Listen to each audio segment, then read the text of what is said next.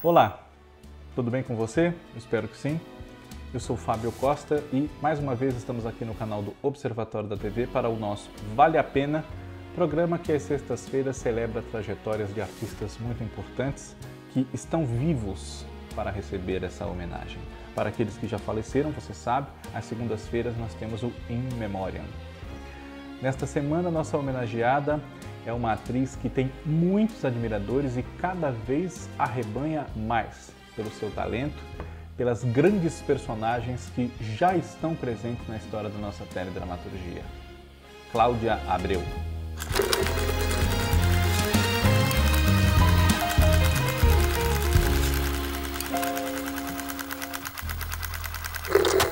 Você já se inscreveu no canal do Observatório da TV no YouTube? Se você não está inscrito ainda, mas acompanha os nossos conteúdos aqui, inscreva-se. Isso é importante para a gente, como é importante também que você compartilhe os nossos vídeos, que você comente aqui, sugerindo temas, dizendo o que você achou, complementando as informações que a gente apresenta, que você dê o seu like e se inscreva ativando o sininho para não perder nunca quando a gente lançar novos programas, tá bom? Assim a gente chega a cada vez mais gente. Cláudia Abreu se chama Cláudia Abreu mesmo. Eu faço sempre essa brincadeira porque às vezes a pessoa tem um nome artístico, né? Como a Glória Menezes, por exemplo, que não é Menezes, é Nilcedes. Muito bem. Cláudia Abreu Varela, depois com o tempo, quando se casou com José Henrique Fonseca, cineasta, trocou o seu nome para Cláudia Abreu Fonseca. Nasceu no Rio de Janeiro no dia 12 de outubro de 1970. Ela tem, portanto, agora 52 anos de idade. E quando criança, ela ainda não sabia que queria ser atriz, mas quando criança, nas brincadeiras junto do seu irmão, ela já brincava de ser atriz. O irmão era o Leôncio e ela era a escrava Isaura, que sofria na mão dele. Ela declarou uma vez isso numa entrevista, se eu não me engano, em 99, quando foi lançada a novela Força de um Desejo, e eu nunca mais esqueci, que ela, criancinha, já brincava de atriz e era a escrava Isaura que padecia na mão do tirano Leôncio, que era o irmãozinho dela.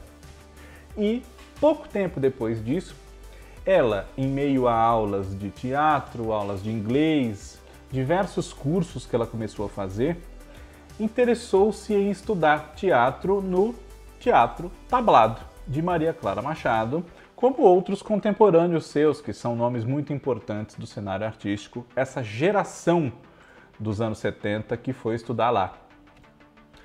A gente sempre se lembra quando fala em tablado, por exemplo, da Malu Mader e da Luísa Cardoso, que foi inclusive professora do tablado.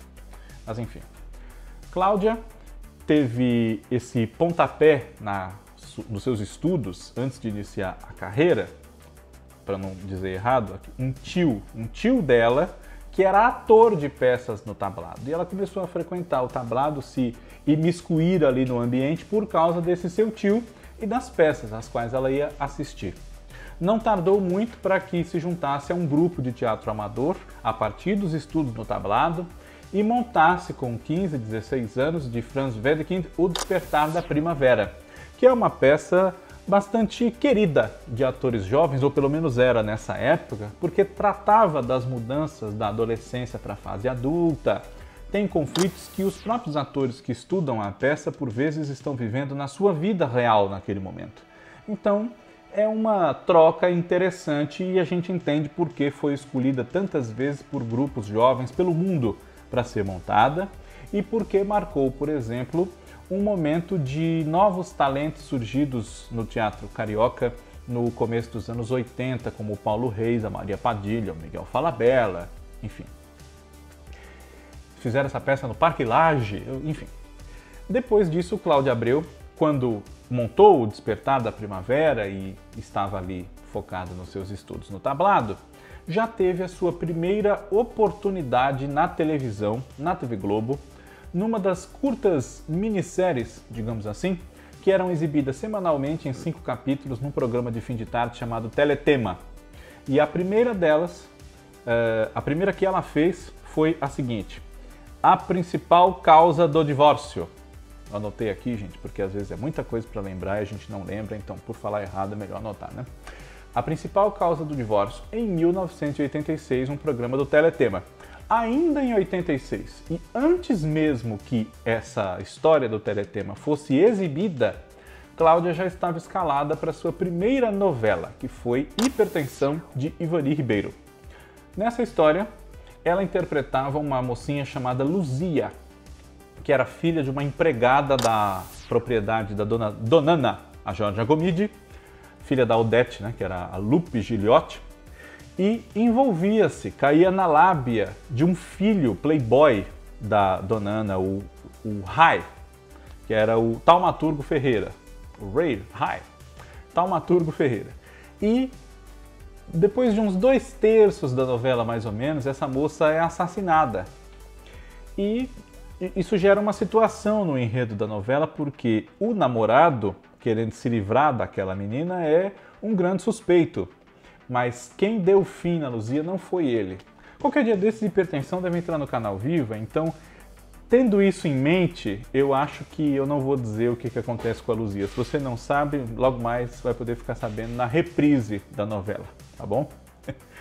Depois disso, Cláudia Abreu entrou no elenco da novela O Outro, de Agnaldo Silva, na qual ela interpretou a Zezinha, filha do Denizar, o dono do ferro velho, um dos personagens interpretados pelo Francisco Coco nessa história, e que no final da novela tem um desfecho muito feliz, casando-se com um menino rico, um médico, o Pedro Ernesto, que era o Marcos Frota, filho do outro personagem do Francisco Coco, que era o Paulo.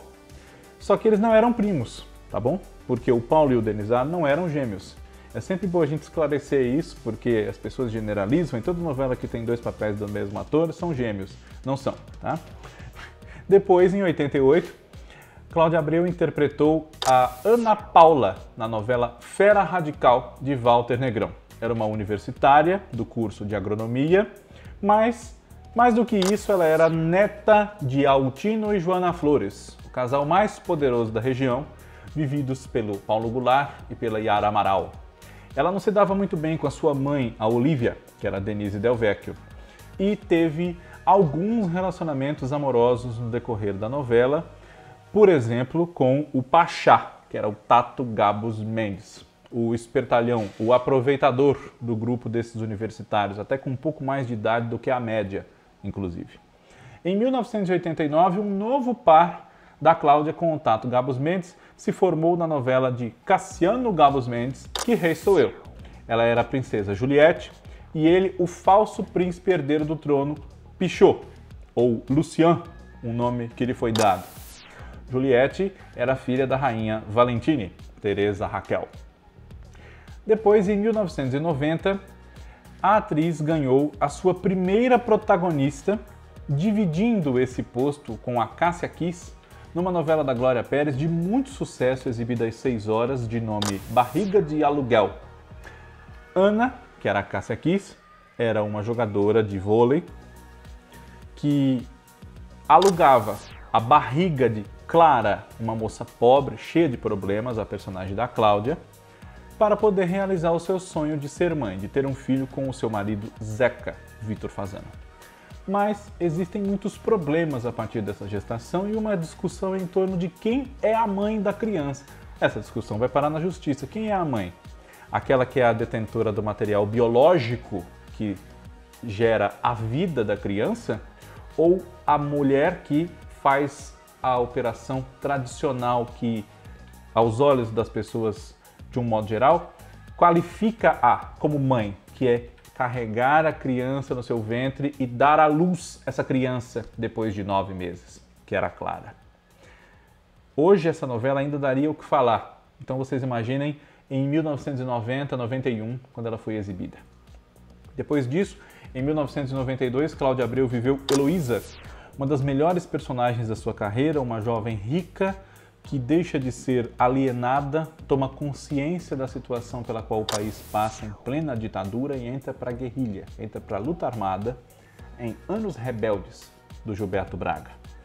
Heloísa, que é filha de um homem muito rico, Dr. Fábio, que é o personagem do José Wilker, e tem uma cena muito chocante que é quando mostra para o pai, fica nua diante dele e mostra as marcas dos maus tratos, das torturas, das surras que ela sofreu nos porões da ditadura, quando ele acreditava que por ser um apoiador daquilo tudo e com todos sabendo que ela era sua filha, ela nunca passaria por uma coisa como aquela. É chocante e é uma grande minissérie. Depois, Cláudia Abreu, novamente trabalhando com Gilberto Braga, a exemplo de Malu Mader, uma das atrizes preferidas desse novelista. Cláudia foi uma das protagonistas da novela Pátria Minha, entre 1994 e 95. Seu papel era o de Alice, uma jovem contestadora que batia de frente com o seu avô, Raul Tarcísio Meira, um empresário sem ética que detestava os pobres e tinha como maior princípio da vida ganhar dinheiro e se aproveitar de qualquer oportunidade para isso. Um homem amoral, um verdadeiro crápula que fazia mal ao próprio Tarcísio, os seus maus fluidos. Um homem péssimo, esse Raul. Era um personagem realmente odioso. E depois dessa novela, Cláudia Abreu participou de episódios de projetos com uma geração muito talentosa, que é a dela, do Antônio Calone, da Malu Mader, do Guilherme Fontes, enfim, A Vida Como Ela É e A Comédia da Vida Privada. Dois projetos muito interessantes da programação da TV Globo em meados da década de 90, até participar novamente de uma novela, só no final da década, em 1999, quando ela viveu Olívia, a escrava branca, que faz parte do enredo de Força de um Desejo, do Gilberto Braga e do Alcides Nogueira. Depois dessa novela, que ela passa meses e meses sofrendo com a obsessão que tem por ela um certo Higino Ventura, que é o papel do Paulo Betti, Cláudia Abreu viveu em 2002, na minissérie de Carlos Lombardi, O Quinto dos Infernos, Dona Amélia, a segunda esposa de Dom Pedro I, que era Marcos Pasquim, e que disputava o amor e a fidelidade desse marido com Domitila, a Marquesa de Santos, que era a Luana Piovani. E entre 2003 e 2004, um papel que a tornou, digamos assim, um ícone, uma geradora de memes para a geração mais nova, Laura Prudente da Costa, a grande vilã de Celebridade, outra novela do Gilberto Braga, uma das melhores dos anos 2000, que fez um enorme sucesso e que, além de tudo, no final foi revelada como a vilã que, não bastasse ser a vilã, assassina de Lineu Vasconcelos, o milionário da mídia, personagem do Hugo Carvana. Laura era uma menina sem moral, obcecada pela ideia de destruir Maria Clara Diniz, que era o papel da Malu Mader, que teve na vida tudo que Laura julgava ter sido merecer, né? Maria Clara não merecia, e quem era merecedora de tudo que ela havia conquistado era a sua mãe, a Marília, musa do verão, da música que foi composta e alçou Maria Clara à fama, ao estrelato, mas ela não era a verdadeira musa daquela música, e sim a sua mãe, a Marília. Então a Laura cresceu sob a égide de um ódio, de um rancor, de um desejo de vingança. E é uma grande personagem, muito bem interpretada por ela. Logo em seguida, entre 2005 e 2006, a atriz viveu o oposto da Laura. Uma mulher de muito bom caráter, que era alvo das maldades de uma super vilã, Vitória, em Belíssima, de Silvio de Abreu. Essa grande vilã que queria destruir Vitória a qualquer custo era Bia Falcão, Fernanda Montenegro. E, como em toda boa novela, há uma revelação chocante no final de que Vitória, essa moça que Bia tanto quis destruir para se apossar da filha dela, que é sua bisneta, a Sabina, a Marina Rui Barbosa. Vitória havia se casado com o neto de Bia, Pedro, que é o Henrique Castelli. Tanto quis destruir Vitória, e Bia se descobre mãe de Vitória no fim da novela. A moça era fruto de um caso escuso da vilã com Murat, um comerciante turco vivido pelo Lima Duarte. E no último capítulo tem uma cena entre elas que é uma coisa que, assim, no fundo, talvez a Vitória queira uma redenção, um abraço dessa mãe, né? Mas ela fala assim: você quis me matar 2 vezes e não conseguiu, Bia. Eu venci você, eu estou aqui. E a Bia olha para ela e fala assim: eu não quis você quando você nasceu, eu não quero você agora, eu não vou querer você nunca na minha vida. Você não é minha filha, você é a filha do turco. Aí ela fala: e sua também. Uma grande novela, belíssima. E, na sequência, Gilberto Braga queria unir, numa mesma novela, algo como a Laura de celebridade e a Vitória de belíssima, colocando Cláudia Abreu num papel duplo de 2 gêmeas, uma de boa índole e outra de mau caráter, que se digladiavam, a Paula e a Thaís, de Paraíso Tropical. Mas não foi possível porque Cláudia engravidou de um dos seus 4 filhos. Sendo assim, esses 2 papéis foram dados para a Alessandra Negrini, que os fez muito bem, inclusive.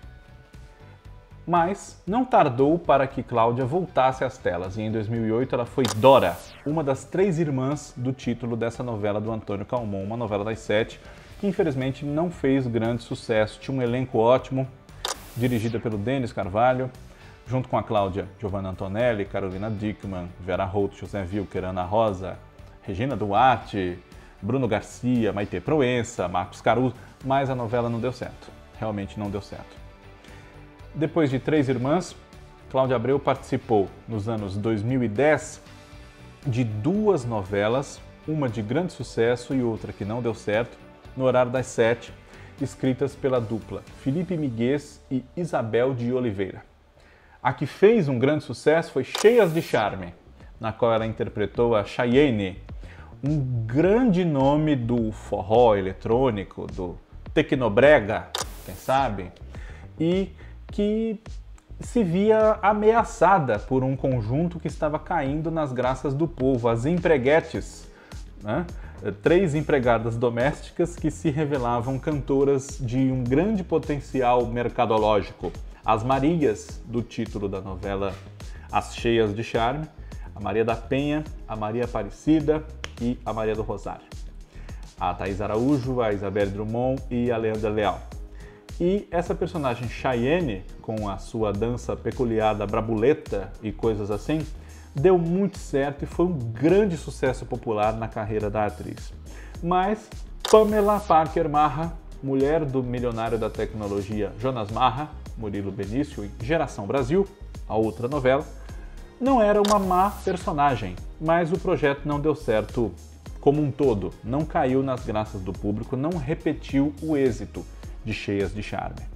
Assim como também, claro que não por culpa da Cláudia e nem dos atores do elenco, a sua novela seguinte não deu muito certo, uma novela das 8, A Lei do Amor, de Maria Adelaide Amaral e Vicente Villari. Nela, a atriz interpretou a mocinha da história, digamos, a Heloísa, que atravessava 20 anos de problemas amorosos com o grande amor da sua vida, o Pedro, que era o Reinaldo Gianecchini, e havia se casado nesse meio tempo, graças a uma intriga da Magnólia, a Vera Holtz, com o outro grande vilão da história, que era o Tião Bezerra, personagem do José Maier. Até aqui, essa foi a última novela da Cláudia Abreu. Nos últimos anos, ela tem se dedicado a outros projetos, como a série Desalma, que é um sucesso do Globoplay, criação da Ana Paula Maia, dirigida pelo Carlos Manga Júnior, na qual ela interpreta a Inês, uma das personagens principais envolvidas com os fenômenos sobrenaturais da Brígida, essa cidade fictícia que concentra o enredo. Junto com ela tem a Cássia Kiss, a Maria Ribeiro, Fábio Assunção, entre outros nomes. E uma série que ela criou, protagoniza, produz, enfim, Valentins, que estreou no canal Gloob e já ganhou as telas das TVs públicas, da TV Brasil, enfim. Ali ela interpreta a mãe da família Valentim, que é uma confeiteira e alquimista. Alice, se eu não estou enganado. Como se não bastassem todos esses trabalhos na televisão, e com certeza eu não estou falando alguma coisa porque o nosso tempo não é longo, Cláudia Abreu também marcou presença no cinema em filmes muito significativos. E no teatro também. Curiosamente, além de uma novela chamada Três Irmãs, ela fez no teatro uma peça chamada Três Irmãs, que, se eu não estou falando errado, é do Chekhov, e participou de textos de Shakespeare também, montagens de Noite de Reis e de A Tempestade, entre outros trabalhos.